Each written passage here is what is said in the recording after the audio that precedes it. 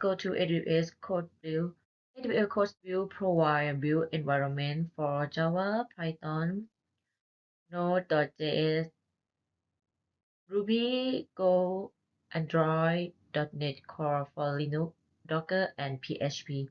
You can define the specific command that you want AWS Code Build to perform, such as installing build-to packages, running unit tests, and packaging your code. You can integrate Code Build into existing CI/CD workflow using its short integration, view command, or Jenkins integration.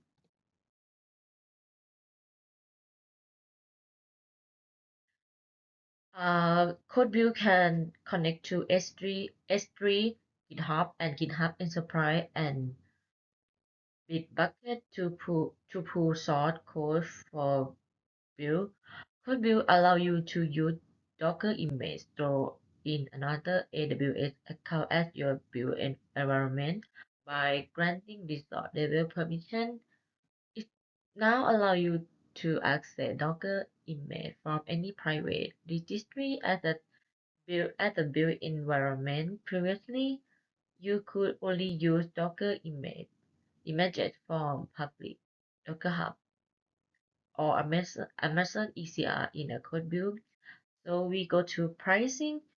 You are charged for compute resources based on the duration it takes for your build to execute. The per minute rate based on the compute type that you use. AWS X-ray analyze and debug production distribute applications such as those built using a microservices architecture. With X-ray, you can identify performance bottlenecks, edge case error, and other hard to detect issues. AWS X-ray provide an end-to-end cross-service application-centric view of requests flowing through your application by aggregating the data gathered from individual services in your application into a single unit called a trace. You pay based on the number of trace recording, retry, and scan. A thread represents a request to your application and may include multiple data points such as for call to other service and database access. So let's go to the comparison of AWS services. First, we will compare S3 vs EBS vs EFS.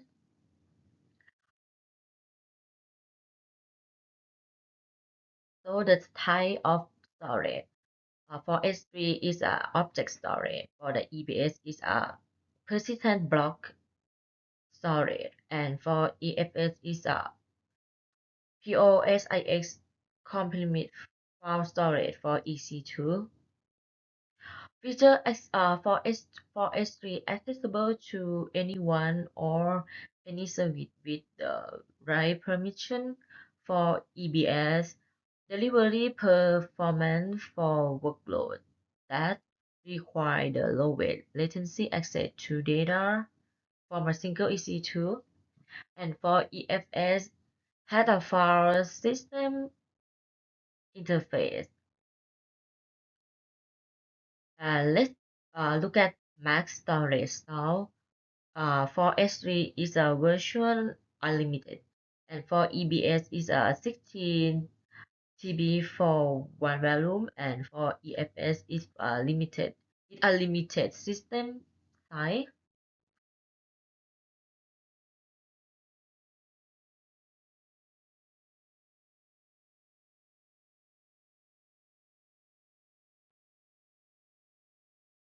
Uh, let's compare Amazon S3 and Glacier. Amazon S3 is a durable, secure, simple, and fast storage service, while Amazon S3 Glacier is used for achieving solution. Use S3 if you need low latency or frequent access to your data, use S3 Glacier for low storage cost, and you do not require millisecond access to your data. You have three retrieval options when it comes to Glacier, such as varying in the cost and speed retry the object for you. You can retry data in a millisecond from S3. Both S3 and Glacier are designed for durability of objects across multiple availability zones. S3 and Glacier are designed for ability of 99.99%. S3 can be used to host static web content while Glacier cannot. In S3, user create bucket. In Glacier, user create archive and walls. You can store virtual unlimited amount of data in both S3 and Glacier.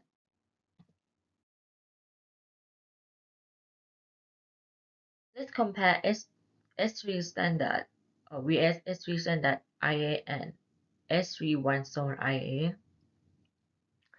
For the filter for the S3 standard is a general purpose state of frequently accessed data